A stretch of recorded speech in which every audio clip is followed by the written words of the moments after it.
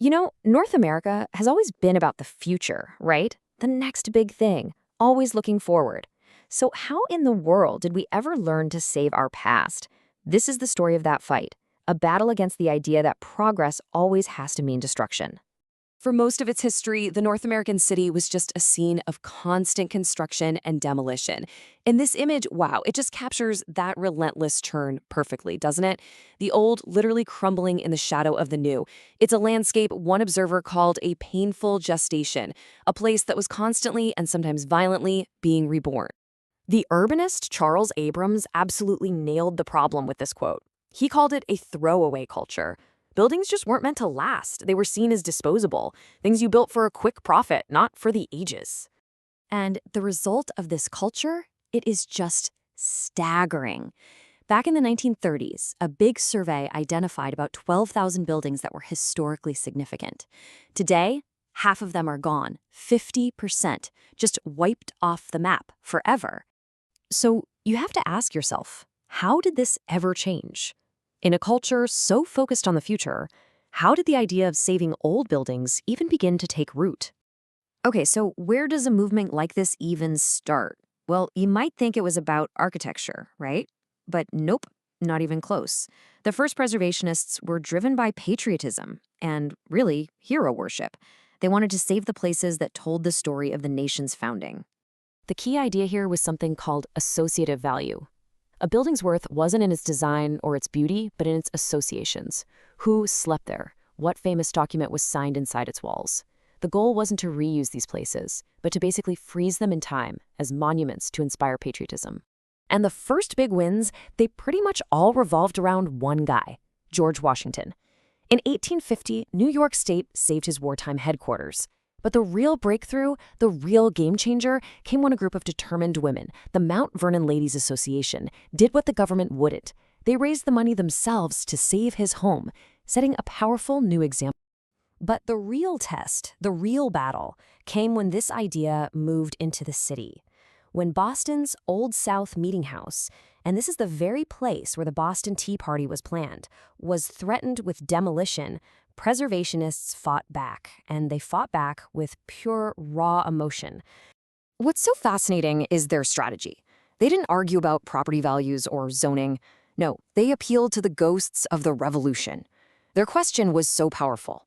How can we possibly destroy a roof that trembled with the very words that created our nation? It was an argument from the heart, not the head. And you know what? It worked. But the movement was about to grow up. It evolved from this pure sentiment into something a little more sophisticated, a genuine appreciation for architecture itself. So around the turn of the 20th century, a new generation of thinkers started asking a fundamentally different and really important question. Does a building need a famous ghost rattling around in its attic to be worth saving? This is where William Sumner Appleton comes in. In 1910, his new organization completely changed the game. He put forward this radical idea that buildings should be saved not just for their history, but for their inherent beauty, for their craftsmanship, and for their design. And this comparison just shows you what a seismic shift in thinking this was. Before 1910, it was all about who was there, turning buildings into museums. After Appleton, it was all about architectural merit, with a brand new goal: restoring these buildings so people could actually use them again. Appleton's vision was just crystal clear. It was about preserving craftsmanship and design, not just memories. He recognized that these unique structures were totally irreplaceable parts of our cultural landscape.